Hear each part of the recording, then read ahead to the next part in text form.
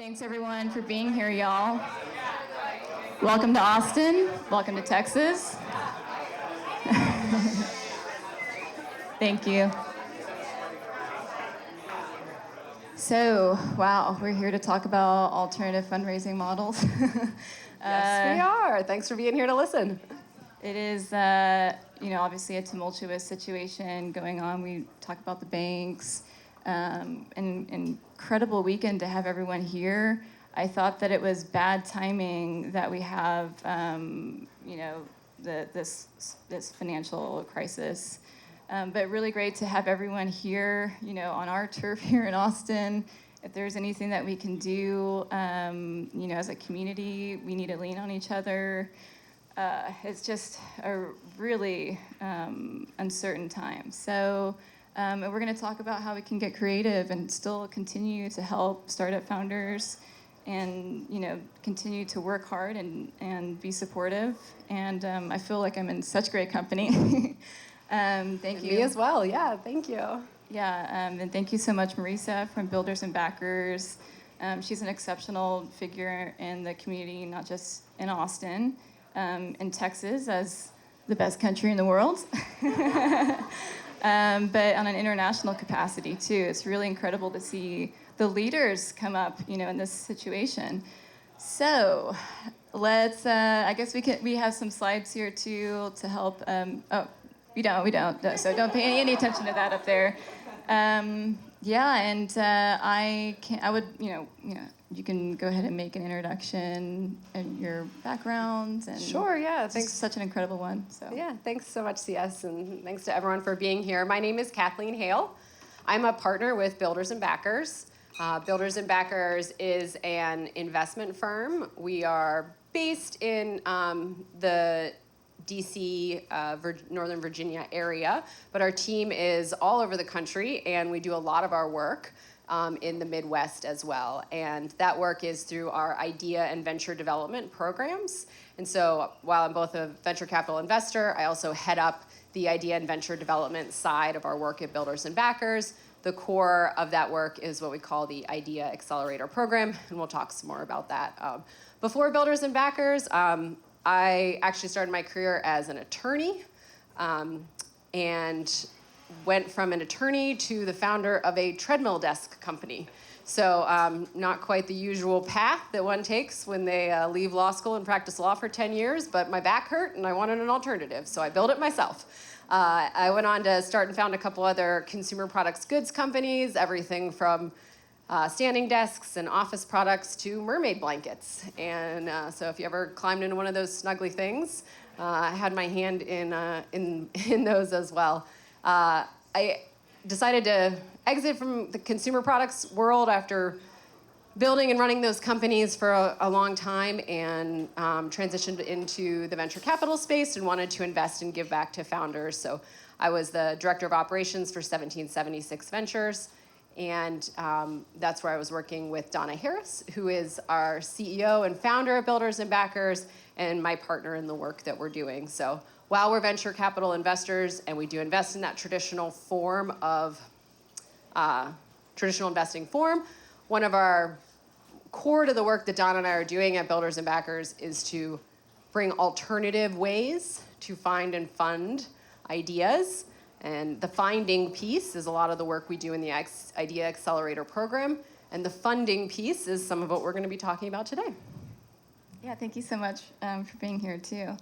My name is CS Freeland, and CS like C.S. Lewis, or in this crowd, CS 101. Developers love that, computer science. I've been in Austin, Texas for almost 15 years now, and mostly spent some time at a tech venture studio helping to launch early stage concepts, and spent a lot of time all over China and Singapore. We did a lot of business all over the world. It was really incredible to work for a company like that. And to have something like that here in Austin. Austin got a lot more interesting over the past couple of years as well. Great to see more entrepreneurship, which is what we need, in a time like this. And to be real, if we're looking back in the textbooks, 3 years out of the onset of pandemic we're still in these times. We're going to continue to see a lot more of the tumultuous situation pan out. But I think more than ever, we need entrepreneurship, and we need, and on the Texas front, so I'm helping to start the Texas Venture Association, and led the Austin Venture Association as the founding executive director for a majority of last year. Just sheer influx of new folks to town, a lot of people who are entrepreneurs and startups, and a lot of investors too. So it's been an incredible moment. Really, I think going down in history is, if we're lucky enough to live and work from wherever, this is one of the regions, Austin and Texas, where people flock to and have continued to flock to. So having an organization that gets the community together, whether that was here in Austin or all over Texas under one voice, there's a lot of power to that. There's a lot of strength in community as we continue to build and work with each other. So getting creative about funding models as well is going to be super instrumental. Would love to hear more about some key components, and I know that with Builders and Backers, it's an international organization, but I'll just get to it. Have my notes up here. So which alternative approaches have y'all taken in the early stages and then on up to the later stages of company development? Yeah, sure. So when we think about funding, you think about funding on a spectrum of the stage that the venture is associated with. And some types of funding are more appropriate for certain stages, and some are less appropriate for those stages, right? And from our own from Donna and my own personal experience, as well as from what we saw with lots and lots of founders that we interacted with, we feel like there's one of the big gaps around funding is in those super early stages of an entrepreneur's journey, or what we call a builder's journey, where you've got an idea and you're not quite sure what the next step is that you want to take. And a little bit of capital would often be helpful, but it's not a big dollar figure. And if you look at what is largely available in the entrepreneurial ecosystems right now at those really early stages for funding, it often still requires you to do certain things. It requires you to form a business, open a bank account, get an EIN. Now, those things might not sound like that big of a deal, but guess what? Now you've got taxes, you have a bank account you have to worry about, which, as we have now all learned, can actually be a challenging thing. You have forms you have to take care of. You got to decide on things. Now you're thinking, do I need to trademark? Okay, now I have to register in Delaware, or now also Texas, both places. So and it costs money, right? It's not free to do those things. So we're asking entrepreneurs to take a lot of these bigger steps when really all they have is just an idea and some sort of willingness to go out and test it. So, and then the alternative is, okay, maybe you don't need an entity, but we're going to give you some type of grant or funding that could still potentially have tax implications, and the money's in your bank account and you're not sure how to account for it at the end of the year. That, you got this $5,000 grant, and your accountant's going, well, that's actually income to you, so now you have to pay taxes on it. So we wanted to help to experiment and fill with what are ways that we could fill that gap for that really early stage. So that's what we do with the Idea Accelerator program, where we give folks up to $5,000, and we do it by issuing them what we call a Pebble card, which is essentially a Stripe credit card. So there's no business entity required, no bank account. You don't need any of that to apply for our program, and the card itself is not tied to your personal credit. It is no money in your bank account. It is simply almost like getting a Visa gift card in a way, but because it's integrated with Stripe, it allows us to see the transactions, track the transactions. So taking a little bit of those barriers to entry and bringing them down so that people can be able to take those funds and put it to work for them without having to take some of the steps that might prevent them from putting their idea into action. Because, and what do we ask people to do with that money? It's not $5,000 just go and run with. We work with folks through a virtual program that takes place in about 90 days to learn how to design and develop a low fidelity experiment that they can test their idea, and then use that money to fund the cost associated with that. And the $5,000 is a nice number. For a lot of folks, it's like, oh, this is never gonna be enough. And then they get into the program and they start experimenting and thinking and learning about all the options that are available now, low code, no code tools, things that are out there, and they're like, oh, actually, $5,000 is plenty. There's a ton I can do with $5,000, and that money can actually go a long way.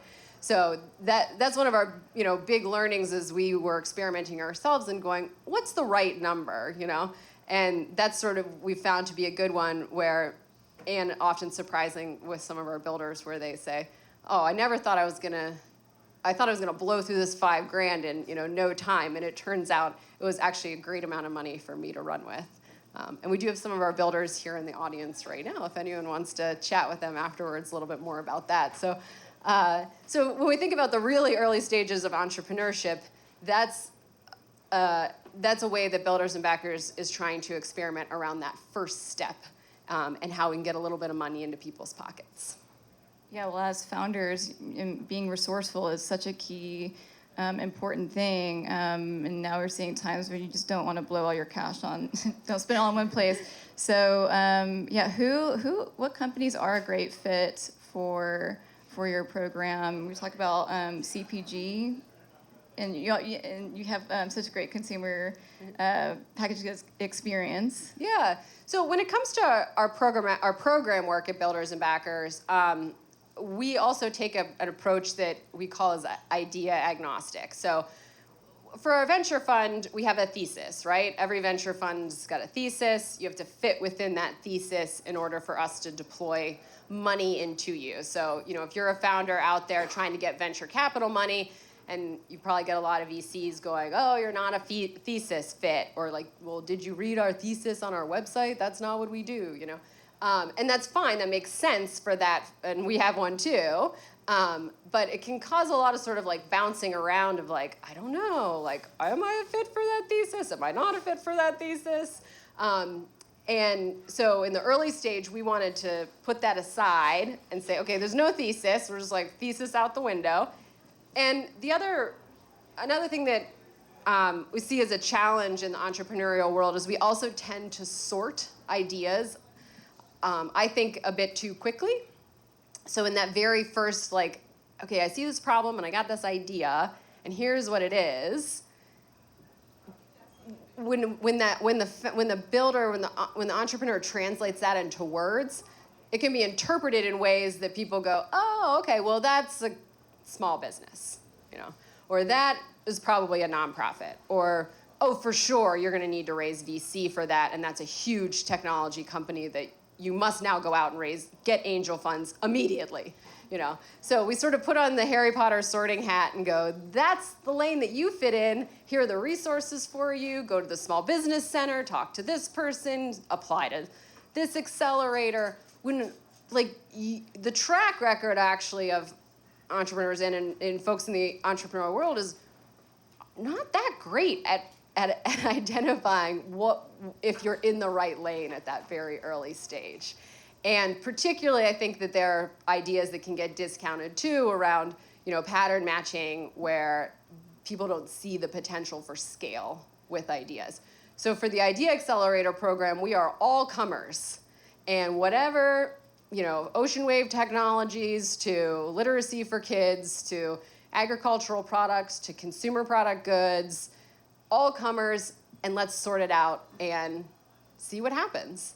And Donna in particular has a really great track record of being able to identify early stage ideas and seeing the potential in them. I'll just give you a really quick example of that, of years ago in DC, meeting a founder who had a company that was designed to give discounts to veterans, to make it easier for veterans to go to Disney World and get their discount. And this founder was a veteran, and he was like, this is a pain in the neck. I can't get the discounts that I want. And Donna and some other early angels in DC meeting and working with that founder, now that founder describes that Does that sound like a $1 billion company? Sounds like no, right? Like, But what was underneath that? It was the early days of digital identity verification. And that company now, that founder now, that is ID.me, which is the digital identity verification that backs most of the unemployment products that states runs. It backs identity verification for the federal government. So, that's just one sort of example of like what we mean when we say at that early stage, let's not sort and let's not thesis match. Let's just bring you in and start building things and see where it goes. Well, I love that because also founders sometimes don't see the potential in their ideas, and obviously that one really lifted off. So that's a really great success story. Wanted to go back to your point about pattern matching as well. That's such an important thing to hit home about because pattern matching is basically if we don't have enough women or like underrepresented founders and investors, that's not great for the future if you're pattern matching. So do you want to talk about organizations like y'all's are friendly to underrepresented founders as an unintended impact, but it impacts this community in a really big way? Yeah, I mean, a lot of the way that we approach pitching and presenting ideas in the entrepreneurial world is around this is the problem that I see. And when the problem isn't one that someone on the other side has necessarily experienced, then I think the scale potential for the solution can sometimes be overlooked. And I think that's where sometimes the pattern matching can be a challenge. And additionally in industries that are often like heavily regulated or harder to build into, it's like, oh, I haven't built in that, or that's not my thing, then there can be, less likely to want to jump in and build with that founder and or to just see the scale potential for it as well. Then there's different kinds of companies that are being built too. And for a lot of companies out there, the venture capital financial model is not actually the right fit. It is a very specific financial model, right? It is designed to bring returns in very large size and quantity to limited partners and the general partners. And it is designed to do that in 8 to 10 years. So when you're on the venture capital track and you take the VC money, you're going to exit or you're going to IPO. That is the plan. That money is going to wrap back around and it's going to go to the LPs. That is hopefully some to the founder too, but that is a very specific financial model. And sometimes there are companies that don't fit that financial model very well. And so therefore we tend to go, not sure what to do with you because I can't see a 50x return from your company, but there might be revenue generating going on. You might be, if you look at the majority of the companies on the Fortune 100 list, a lot of them the majority of them actually haven't raised venture capital. So this is where our alternative funding options on the sort of VC and higher scale side come in with different structures like redeemable equity or some revenue-based financing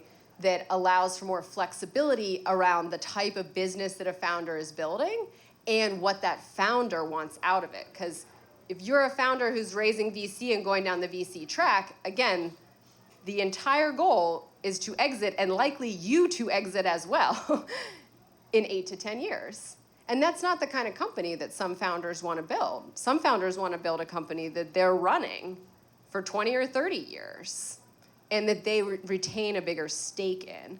So having alternatives where you can work with the founder, look at different kinds of term sheet, and match for what they want and the return that the investor is comfortable with is really what we need more of, I think, in the entrepreneurial world.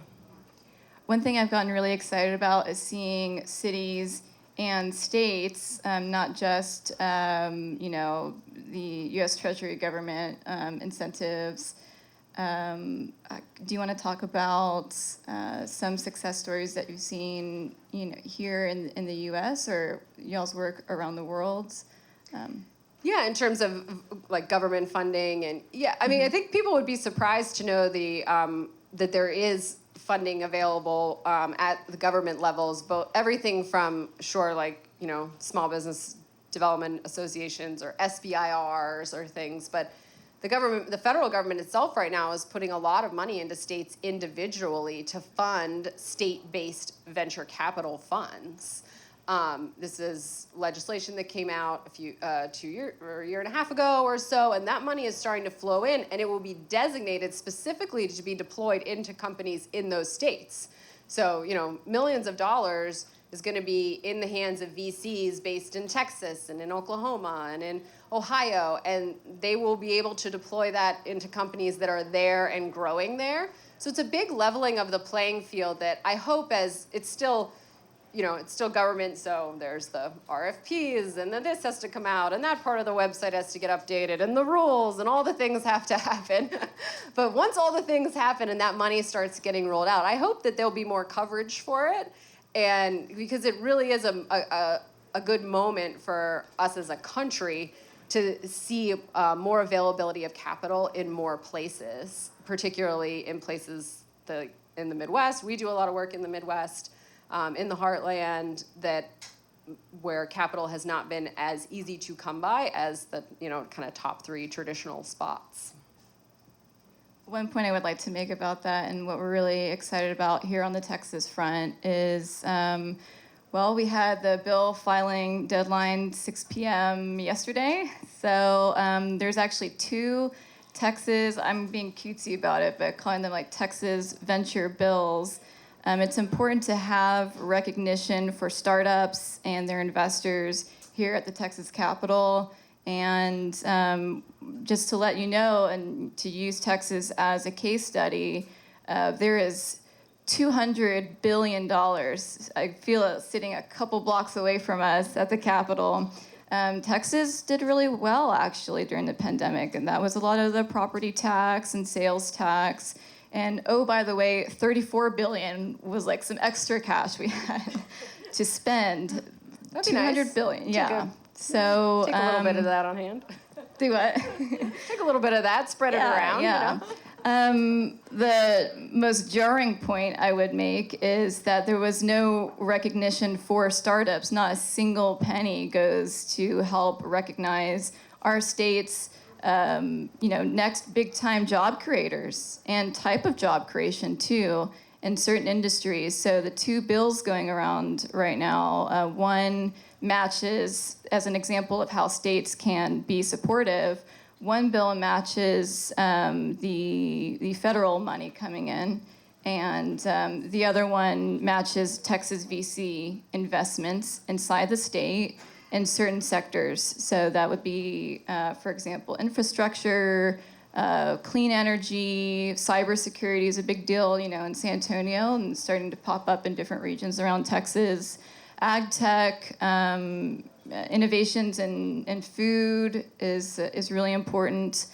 We do have some infrastructure challenges here, to say the least. And if there's anything, the entrepreneurs do, I mean, they're problem solvers. And so being supportive, I mean, maybe we'll have, one day the next type of like Tesla or something be founded right here in Texas, because there's a little bit of incentive here that, if you're a Texas startup, that could be super instrumental in a shape-shifting landscape that we have here. So that's my shameless promotion for Texas Venture Association. But, I would love for states and cities, too. We kind of chatted about this right before, but cities. So getting everyone together in one voice, startups and VCs, on a statewide capacity is one thing. But cities, and, I would like to say Brownsville's getting a lot more interesting. They've got the rockets over there now, and I think a direct flight into LA, the SpaceX stuff. So, yeah, is there anything, any city that you would, Tulsa's doing some stuff? Yeah, we're doing a lot of work in Tulsa. They've been an early supporter of the work that we do at Builders and Backers, the George Kaiser Family Foundation, and Heartland Forward in Tulsa. We're working in places everywhere from Oklahoma City and Duluth, Minnesota, to Oxford, Mississippi, and the Delta region, and Dallas, and Iowa City, all kinds of places in between. And part of we didn't necessarily start out Builders and Backers with candidly with a goal to work in the heartland or work in the Midwest. But our thesis and our core beliefs, I feel like, resonated most with people in places that are often overlooked. And one of our core beliefs is that there are great ideas everywhere, and people just need a little bit of help to put those ideas into action. And that was a hypothesis that I would say Donna and myself had when we started Builders and Backers. We believed it to be true, but we really needed to go out there and prove it to be the case. And we absolutely have proven it to be the case. We have over almost 400 people who have gone through our program in just a short under 2 years, over 100 ventures launched out of that. And yeah, as you're saying, people closest to the problems often have the best ideas for solving them. When there are so many problems and so many big things to tackle, why wouldn't we want to open the door even wider to the people with ideas to come in and share them? And what is the worst that could happen? The worst that could happen is that people are then equipped in the ways that you put ideas into action, and maybe that one didn't work, but their next one will. I mean, that's a great outcome for everybody involved. So I think, in Tulsa's been a fun example for us to be part of that community there and see how it's grown. And we're excited to just continue working in more communities everywhere and uncovering the gems that we know exist. And it's amazing how many times we get applications from people who, sometimes, I thought about this. I had this idea last week when I was out with my friends, but a lot of times it's people who go, I've literally had this idea for like a decade, and it's just sitting in my brain, and I don't know what to do with it. And I wish I could take it out of my brain and put it into action. And there's in the U.S. we fund about a little under 5,000 companies with venture capital every year. 5,000. That's a really small number. How many people were at Capital Factory last night at the startup? Like 5,000. Like 5,000. At least. Why is that the concentration? What are the ideas that we are missing? Like, what are the opportunities that we are missing? What if that number wasn't just and funded in a broad sense was, and again, I'm using VC because it can be very VC-centric in the entrepreneurial world, but, we need the overall number of ideas to be funded to be in the, why not the tens of millions, hundreds of millions? What do we really have to lose from that? Yeah, I love that point. The opportunity to get creative, and it's a real kind of democratization of where the best ideas can come from. I could speak to my own personal experience. Highly entrepreneurial. I'm highly entrepreneurial, and I thought it was detrimental to be in a city like Austin, where if you were actually ambitious and you were bold and you had an idea, you would go to East or West Coast, right? Like, if you're serious about it, your investors are going to want you to move there. Well, if you're, again, lucky enough to live and work from wherever, we have a real democratization of where the best ideas are going to come from, and where they will be continued to be built. So I'm really excited about that. And if there's anything right now, and again, an uncertain market, if there's anything that we could be hopeful about, it's something like that. So I love the work that y'all are doing. Are we doing okay with the time? Because I want to leave a couple. Okay. On the democratization piece, I think, there's also a need for a democratization of knowledge for the entrepreneurs and the founders themselves, too. We need to make sure that all entrepreneurs and builders, that when you're out there looking for funding, that you understand what are the options available, what does it mean to take on certain kinds of funding. There's lots of Twitter threads, there's lots of, some good posts on LinkedIn and things like that, but I still feel like we need to do more work so that people understand VC isn't the only thing, and venture capital, that's actually different than taking an angel investment. A lot of people don't realize the difference between that.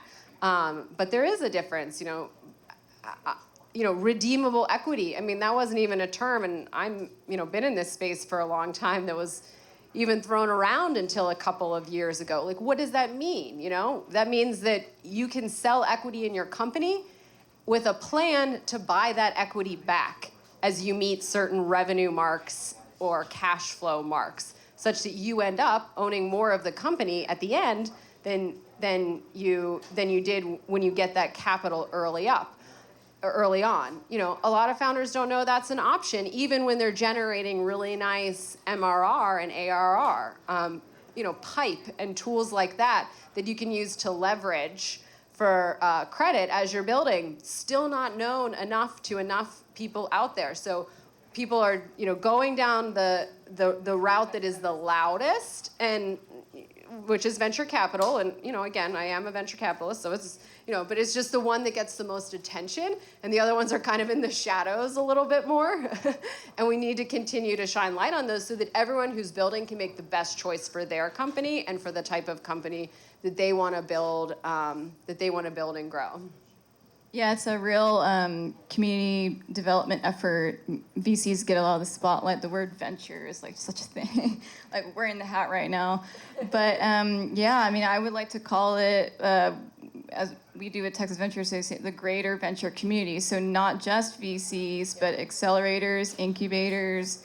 Family office has been way more interested in startups than they've ever been. Seeing corporates, we just did an event with Oracle, and they flew in their M&A team. And, cloud services, so thank you, Oracle. But, on that front, obviously we were talking about, it's the elephant in the room. I would say, even from my own personal experience, when I was heading up the Austin Venture Association, my salary, part of our big sponsor dollars came from Silicon Valley Bank. Monica and Dax and team, they not only, basically provided my salary so we could go do events and create resources like the Austin and now Texas Venture Directory. They were like a positive force in the community, connecting, founders to investors too, especially underrepresented folks. Monica does a great job of that, and she'll continue to in her own capacity. But I think it's an incredible moment in time, because it's not just like a bank, it's like, service providers or a go-to legal and banker partner is important, but they make connections, they send those resources, they helped update the directory of all these new investors that we had in town. Yeah. Austin had like maybe 15 venture firms that considered this city as their headquarters, and then we saw that number more than quadruple in less than 2 years. So that's why these organizations like Austin and now Texas Venture Association form, to be a community hub, democratize the information, and thanks to support from service providers, sponsors like Silicon Valley Bank, was just, you don't know until it's like missing, like, whoa, that's like such a big deal. Yeah, obviously yesterday was, Thursday and Friday was a very wild and rough and difficult day in the entrepreneurial community. And as is often in times of crisis, it has been interesting in just the past 12 hours or so to see some of the innovation that has already come out of that. AngelList, Brex, I think Mercury Bank as well, all stood up products basically in a few hours to allow existing investors and startups to fund lines of credit to help startups that are impacted by the SVB situation, to run their payroll, cover some operating expenses.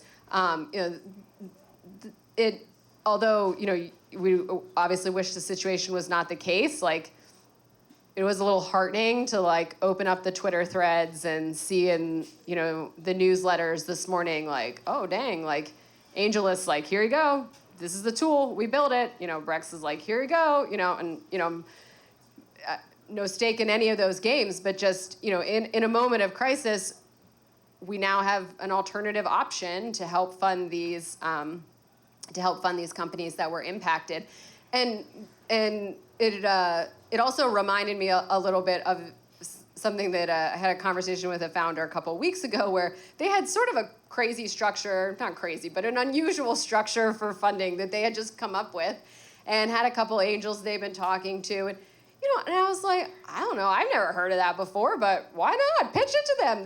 There's no law. I mean, there are lots of laws, but there's no law that says your term sheet can't, look a little different than the term sheet that you downloaded from the Cooley website.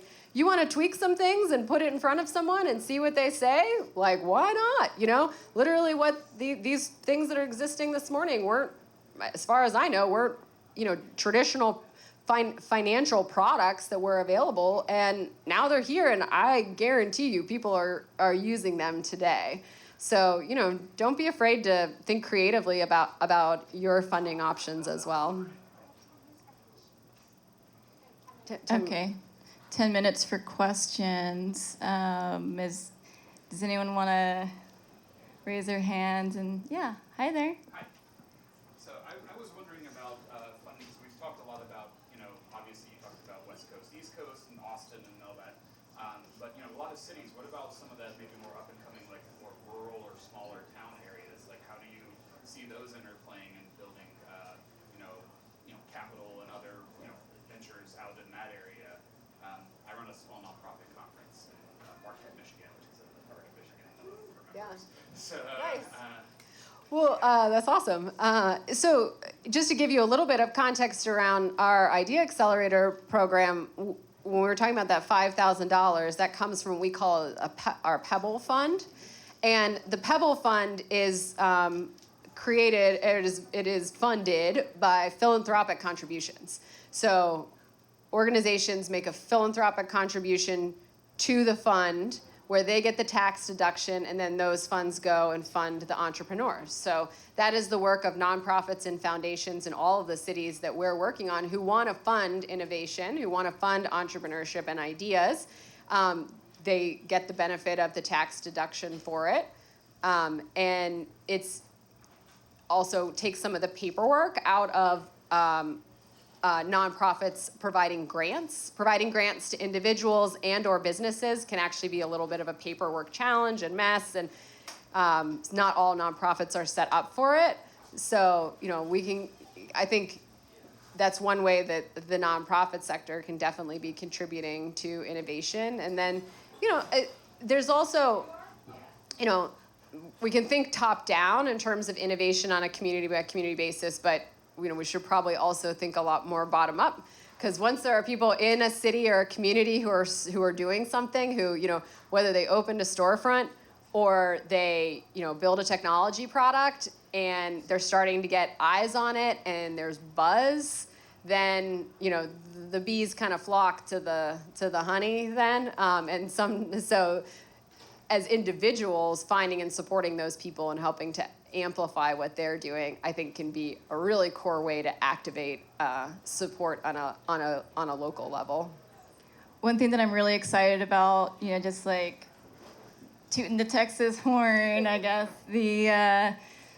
There's ways to do this and have fun with it too. So with Texas Venture Association, we really try to get the startup and venture community together in one voice and create some legislation around how do we get help, how do we receive support, is that events, is it matching Texas VC money into Texas startups, is it federal level, matching with them? But also, we'll be having a Texas Venture Crawl. So last year we did an Austin Venture Crawl. I'm like, oh, it's like Startup Crawl, but with VCs. We should make the VCs pay for it. And so we had a lot of fun with that, too. It was the first time that we've done that here in Austin as a community. And now in the Texas capacity, it's having Brownsville. Frisco is up and coming. They've got a lot of family offices out there. And now Universal Studios, I guess, too. So there's some indication there. And yeah, love to see Houston and San Antonio, the whole state really lighting up all over. We want to have something really fun, to look forward to, and it's a celebration of entrepreneurship. But yeah, really elevating the profile of the startup and venture ecosystem together is like, a way that we could celebrate and just have fun with it too. I was wondering, for the Texas Venture Association, we've got like a newsletter, and so that's really great using social media, no code tools, and just like tagging and sharing posts. If there's anything that y'all see that we ought to be doing, I was thinking, well, maybe it'd be great to get together with other executive directors of state and city venture associations, and like, how are the different, alternative fundraising models going to be helpful, especially in this day and age, literally like over the weekends. We can act fast. Again, we don't want to be too overreactive. It's an evolving situation. But again, if there's anything, as we wrap up here, whatever we can do, I'll just leave some of my cards here at the table, and let me know, what can we be doing? Is it like a resource, blog post of where there's like R&D tax credits, Main Street, we've got Main Street here in town, and Pilot has a program. Talk about getting creative. Well, that's what entrepreneurs do. That's what they're supposed to do. We need to encourage them to continue to be resourceful. And I would say this, and I know if there's more questions, but I would say it's a time to get creative. It's a time to help each other. And some of the best leaders I see right here in this room, coming from all certain sectors too. We have the Texas Chamber of Commerce CEO and president here. This is a whole community, the whole business community. Marisa, it's from Builders and Backers right here. Talk to her. Man, we're here and we're here and we're ready. The best leaders are coming out of this crazy situation, and I'd love to see that too. Got a question over here? So just out of curiosity, how is investment going to learn from what happened with Silicon Valley Bank? Is there going to be diversification? So in my assessment, tell me if I'm wrong, would there be more diversification outside of just software? Maybe the hardware in there. The question was about diversity. Or go ahead. Yeah, so question up here about how will we learn, how will investors learn from what's happened with Silicon Valley Bank, and will there be more diversification? I guess we will see, but my guess would be yes. There's going to be a lot of things, right? There's going to be legislative pushes for higher FDIC insurance levels, more disclosure around that. There's going to be, probably there's some challenges around the reporting and communication that I imagined will be, changes implemented such that doesn't happen with banks going forward. But certainly it's going to be causing founders and investors and everyone to go, oh, that's what that sign, $250,000 FDIC insured in the bank that I have seen since I was a small child. That's what that means. I get it now.